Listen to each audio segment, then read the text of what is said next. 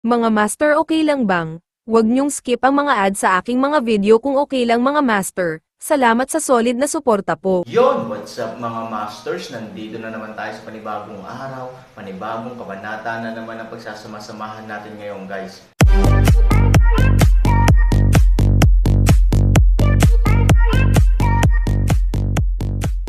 Bali mga masters, kung bago ka pa lang po sa aking YouTube channel, please click the subscribe button, lalong-lalo na po yung notification bell guys, para maging connected pa rin tayo sa isa't isa at maging updated kayo sa mga susunod ko pang video.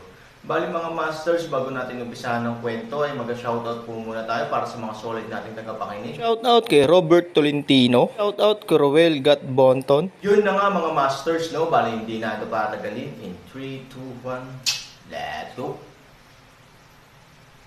Hindi nagsalita ang may-ari ng nayon. O, kung narito si Han Sanchen, sasabihin niya sa kanya na ito ay tinatawag na krisis sa relasyon sa publiko. Ito ay hindi na lamang isang problema na maaaring lutisin sa pamamagitan ng isang labanan, at hindi rin ito isang problema na maaaring malutas sa pamamagitan ng isang winnable labanan, ito ay isang problema na dapat manalo ng lubusan at maganda.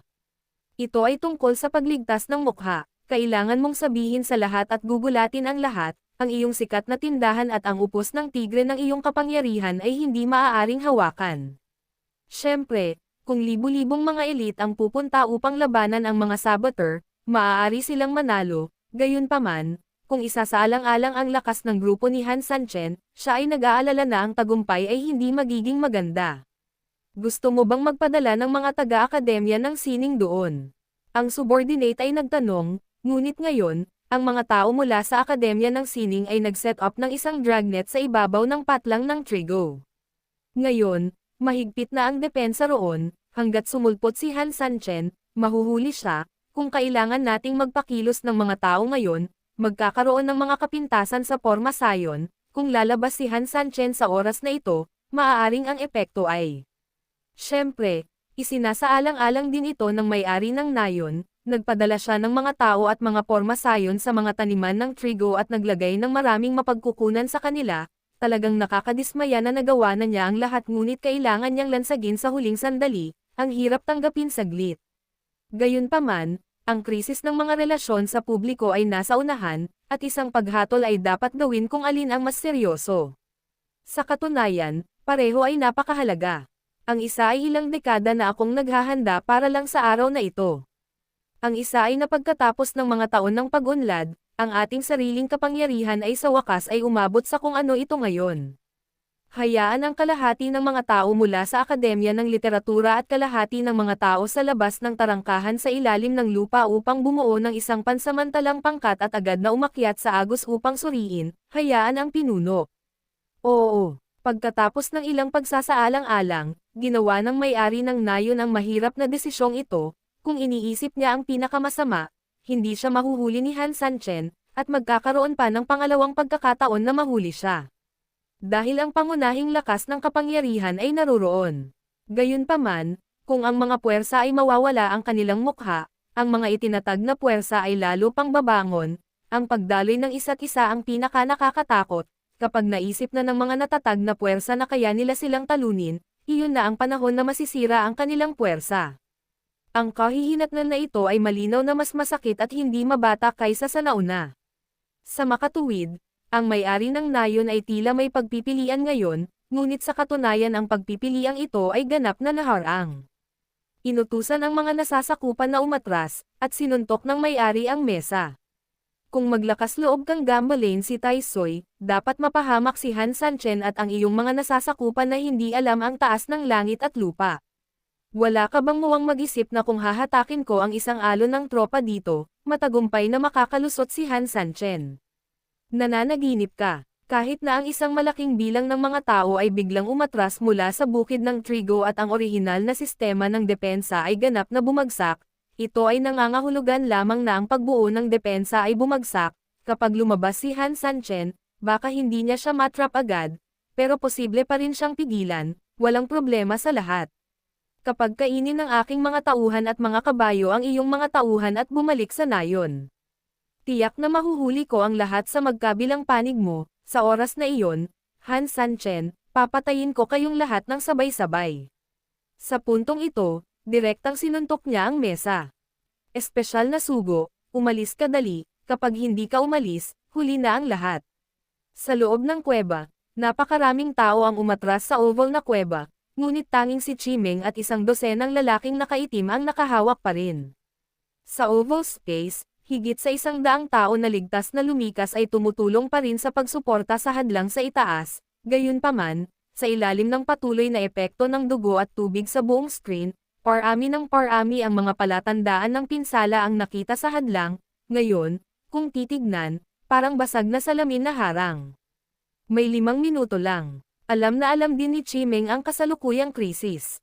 Hindi siya katulad ni Han Sanchen na may malasakit sa mga nasasakupan niya kaya kanina pa siya nagpumilit dito, gusto lang niyang huminto sa pagdaloy ng dugo ng mas mahabang panahon, kung ang hadlang ay biglang mawawalan ng suporta ng isang nangungunang ekspertong tulad niya, hindi maiiwasang magdusa ito sa sobrang pagbawas ng puwersa, ang labis ay maaaring humantong sa mga problema. Sa makatuwid, isinasaalang-alang din niya ang pangkalahatang sitwasyon at nagpapatuloy dito. Ngunit alam niya na kahit na ang hadlang ay maaari pa ring kumapit ng ilang sandali, magtatagal pa rin siya para makatakas mula sa ibaba patungo sa isang ligtas na lugar, kung hindi siya umalis, huli na talaga. Hindi ma-withdraw, mariin pa ring nagsalita si Chimeng. Special Envoy, kung hindi tayo mag-withdraw, hindi tayo makakarating sa oras. Bagamat ang hugis itlog na espasyo ay nasa itaas ng buong Blood River Channel, ito ay natural na isang napakaligtas na lugar sa normal na mga panahon, gayunpaman, pagkatapos ng pagharang sa Blood River ng isang hadlang sa mahabang panahon, ito ay naging lubhang hindi ligtas. Dahil napuno na ng agos ng Blood River ang kuweba, kapag nabuksan na ang harang, agad na pupunuin ng malaking agos ang buong espasyo. Ang gayong napakalaking epekto ay gagawing pansamantalang baybayin ang hugis itlog na espasyo, at kahit, direkta nitong dudurog ito sa mga piraso. Ang mga taong nananatili doon ay natural na hindi ligtas. Ilihis ang puwersa, sabi ni Chimeng, kung lumikas tayo ngayon, lahat ng tao sa ibaba ay mamamatay, tsaka, maaaring walang maraming tao sa kalawakan sa itaas na maaaring mabuhay. Mabilis na nagpasya si Chimeng. Ang tinatawag na diversion ay ang paggawa ng butas sa harang ngayon, upang ang tubig na matagal nang nakaharang ay may puwang na umaagos palabas, at naglalabas ng napakalaking pressure na naipon dahil sa bara. Sa ganitong paraan, dahan-dahang bababa ang presyon ng tubig, at sa wakas, dahan-dahan itong babalik sa orihinal nitong estado. Hindi lamang ito magdudulot ng anumang pinsala sa mga tao, ngunit maging ang orihinal na mga pilapil sa paligid nito ay ganap na mapangalagaan. Ngunit ang pamamaraang ito ay mapanganib. Kung magbubukas ka ng isang butas, sino man na may karanasan sa pagpapalam sa tubig na ang butas ay magdadala ng hindi pangkaraniwang malaking presyon sa isang tiyak na sandali. Sa madaling salita, lahat ng naunang pressure ay dinadala man lang ng isang bagay na kasing laki ng hadlang, at medyo dispersed ang pressure, ngunit kung bubuksan ang isang siwang, ang lahat ng presyon ay mapupunta sa butas na iyon, tulad ng pagtulak ng isang karayom, mukhang average. Kung ang butas ay hindi maingat, ito ay mabilis na sisabog, at pagkatapos ay ang daloy ng dugo ay masisira sa butas ng walang kabuluhan at maaapektuhan sa lakas ng kulog. Sa oras na iyon, ang mga tao sa ibaba ay maaaring nasa krisis sa isang iglap. Ngunit ang kalamangan ay ang mga tao. Sa oval space ay magkakaroon ng mas maraming oras upang makatakas, at syempre, ang mga tao sa ibaba ay magkakaroon din ng isang tiyak na tagal ng oras upang makatakas. Ang talagang nakakatakot ay ang buong hadlang ay hindi makayanan sa sandaling ito ay bumukas, sa oras na iyon, lalala ang sitwasyon. Dahil walang may balak umatras. Aksyon. Gayunpaman, nakapagdesisyon na si Chimeng. Alam niya na kahit sa ang punto de vista, ang diversion ay malinaw na pinakamabuting opsyon. Lahat ng tao meron nito, may bumukas na butas sa kaliwang sulok sa itaas, pagkatapos nito, ang gilid ng butas sa itaas na kaliwang sulok ay nagbibigay sa akin ng lakas. Ang ibang mga taong sumusuporta sa hadlang ay nananatiling hindi nagbabago. Dapat niyang ganap na lutasin ang problemang ito at panatilihin ang sarili niyang mga tropa hanggat maaari. Dahil ang mga subordinate na ito ay may mga susunod na gagawin. Nakatanggap din agad ng order ang Special Envoy in White. Sabay kaway ng kamay, 5,000 katao mula sa Akademya ng Panitikan ang agad na nakahanda. Bagamat hindi sila nasa ilalim ng jurisdiction ng Puting Sugo, ang espesyal na sugo ng Wuyuan, ang ilan sa kanila ay minamaliit pa rin ang espesyal na sugo ng Wuyuan. Ngunit sa harap ng apurahang utos ng may-ari ng nayon, walang sino man ang nangahas na mag-isip at mabilis lamang itong sumunod. Kung tutusin, alam na alam nila na ang emergency order ng may-ari ng village ang pinakamataas na order sa lugar na ito, ang sino mang maglalakas loob na hindi maisakatuparan ito kaagad ay mapaparusahan. Sa harap ng pintuan sa ilalim ng lupa, mabilis ding nagkukumpulan ang isang grupo ng mga tao patungo sa pintuan ng sikat na tindahan. Ang dalawang alon ng mga tao sa wakas ay nagtipon sa tarangkahan ng sikat na tindahan, at pagkatapos ay sumugod patungo sa hilaga sa isang makapangyarihang paraan. Sa lalong madaling nagkaroon ng halos anumang paggalaw dito, ang lalaking nakaitim sa pananambang ni Chimeng ay natuklasan kaagad ang sitwasyon, at mabilis na tumakbo sa bakal na tubo upang ipasa ang mensahe. Hindi nagtagal, nakarating sa tenga ni Chimeng ang balita sa lagusan. May mga kaaway na humahabol sa iyo sa labas, at ngayon ang hadlang ay nasira. May panganib na magbukas ng isang maliit na butas ngunit kumuha ng malaking panganib. For a time, lahat ng pressure ay kay Chimeng, ito ay talagang isang sandali ng kompletong kaluwagan, at pagkatapos ng relief, siya ay nasa crematorium. Anong ginagawa mong tulala ka dyan? Exile. Kasunod ng utos ni Chimeng, ang itaas na kaliwang bibig ay agad na bamuka, at pagkatapos ay isang malaking daloy ng dugo ang direktang damaloy. Dahil sa epekto ng daloy ng dugo, ang mga nakapalibot na bahagi ng bibig ay nagsimulang pumutok kaagad. Buti na lang at nakapaghanda na ang grupo ni Chimeng at nag-set up ng mas pinahusay na spells malapit sa opening para suportahan ito, ang gilid ay hindi ganap na nasira gaya ng inaasahan. Gayunpaman, ang presyon doon ay malaki din. Huwag kang mag-alala sa sitwasyon sa labas, dahan-dahan lang, malakas na sigaw ni Chimeng. Sa utos ng commander, lahat ng lalaking nakaitim ay dahan-daang nanambalik sa kanilang katinoan mula sa kanilang medyo natarantang posturya.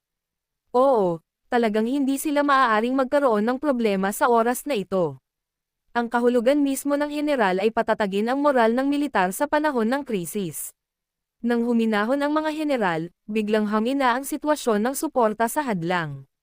Matapos maranasan ang napakalaking epekto ng presyon ng tubig sa unang pagbukas nito, ang epekto ng ilog ng dugo ay nabawasan ng malaki. Sa kasalukuyan, ang pangkalahatang sitwasyon ay may posibilidad na maging matatag, na kung saan ay nakahinga rin ng mahabang hininga si Chimeng at ang kanyang mga nasasakupan. Pagkatapos ng lahat, ang mga kahihinatnan ng magulong epekto ay pansamantalang nalutas dito. Sundin mo ang utos ko, lahat ay umuurong sa maayos na paraan. Kahit na ang kasalukuyang krisis sa hadlang ay hindi pa ganap na naalis, ang dahan-daang pagpapakawala ng presyon ay unti-unting magpapalabas ng presyon, at ang kasunod na epekto ay magiging mas maliit at mas maliit, natural, sa oras na ito, ang puwersa ay maaari ding dahan-daang bawiin, na nagpapahintulot sa ilang mga nasasakupan na umakyat muna. Ang buong unit ay talagang elite sa mga elite, sa buong proseso, walang nagpanik, habang inilabas ang kautusan, dahan-dahan at maayos na lumikas ang lahat. Bilang pag-iingat, lahat ay hindi natatakot sa kamatayan, hindi naman sila nag-aalala na kung huli silang lumikas, baka mamatay sila kapag huli na silang lumikas. Ang koponan ay nasa ayos, ang paglabas ay maayos din, at ang lahat ay gumagalaw sa isang magandang direksyon. Gayunpaman, sa bawat saya ay dapat may kalungkutan, hindi bababasa, ang kasalukuyang hukbo sa paligid ay tiyak na hindi magbibigay sa kanila ng anumang magandang damdamin. Ang buong pangkat, na pinamumunuan ng sagong nakasuot ng puti, ay nagdidikit sa gilid na ito na parang agos. Mula sa kinaroroonan ni Lura Oxen, natural na makikita niya ang lahat ng ito. Prinsesa, gusto mo bang magpadala ng ipaalam kay Chimeng at sa iba pa? Tanong ng isang utusan sa tabi ni Lura Oxen. Umiling si Lura Oxen, matagal na akong sinusundan ni Chimeng, kaya dapat ay maliwanag ang kanyang pag-iisip. Naniniwala din ako na kaya niya ang mga krisis na ito sa kanyang kakayahan. Naniniwala din ako sa Chimeng, ngunit ang problema ay ito ay isang digmaan na hindi natin kayang talunin. Kapag nagkaroon ng anumang pagkakamali, ang mga pusta ay magiging lubhang mahalaga. Total, Kahit mag-iwan tayo ng katawan para sa kalaban, baka matuklasan pa rin tayo. Ilang daang tao ang kailangang harapin ang libu-libong tao, makatakas kaya sila. Siyempre pwede kang tumakbo, ngunit ang problema ay hindi ito isang digmaan na maaari lamang ipanalo sa pamamagitan ng pagtakas, hindi sila maaaring tumakas, ngunit kailangan nilang pahabain ito hanggat maaari upang makabili ng mas maraming oras sa paglabas ng Han Sanchen. Gayunpaman, matapos silang hilahin, kinailangan din nilang tumakas, ngunit sinubukan nila ang kanilang makakaya na huwag mag-iwan ng anumang katawan. Ito talaga ang pinakamahirap na bahagi. Not to mention that the advantage is not on their side at all, kahit na, maaaring hindi posible na makamit ang ganoong sitwasyon. Sa isang labanan, hindi maiiwasan ang mga casualty, lalo pa kapag dalawang hukbo ang naglalaban. Ang bagay na ito ay talagang hindi madali. Naniniwala pa rin ako kay Chimeng. Matigas na sinabi ni Lu Roxan, bagaman ang labanang ito ay mahirap labanan ng sinuman, bilang isang taong katulad ko, hindi ba ako dapat ipanganak para sa mga eksenang ito? Kailangan niya ng isang malaking espada tulad ni Han Sanchen upang magbukas ng bagong mundo para sa kanya, ngunit sa kabaligtaran, kailangan din niya ng isang tapat na subordinate tulad ni Chimeng upang maging isang maliit na kutsilyo sa kanyang kamay. Maaari mong gamitin ang kutsilyong ito para putulin ang laman ng kalaban sa pinakakritikal na sandali. Ang mga tao ay palaging kailangang linangin, at ang paglinang sa hinaharap na paglago ay nangangailangan ng maraming karanasan. This is Chimenji's experience, and it is also a calamity that she must survive in her life. You send someone to tell her that the task is finished, and she can come back to see her. Kung hindi makumplito, pwede din siyang mamatay sa labas, kaya ako na mismo, hands-on. Oo, tapos magsalita si Lu Roxan at malamig ang tingin. Ang mga nasasakupan ay, nagmamadali ring tumakbo ng 11 milya patungo sa hilaga, bagamat ang sagong nakasuot ng puti at ang iba ay may mga kabayo at hayop at napakabilis na umaatake. Ang mga lalaking ito na nakaitim ay tila may sariling pamamaraan, sa panig ni Chimeng. Yun na nga mga masters, no? Bali panibagong kabanata na naman yung natapos natin ngayong gabi. Muli, maraming salamat po talaga sa walang sawang suporta po sa aking YouTube channel na talagang inaabangan nyo po ang bawat upload ko po. Bali mga masters, magkita-kita ulit po tayo bukas ng gabi at ngayon po ay magpapaalam po muna tayo. Bali mga masters, bye-bye!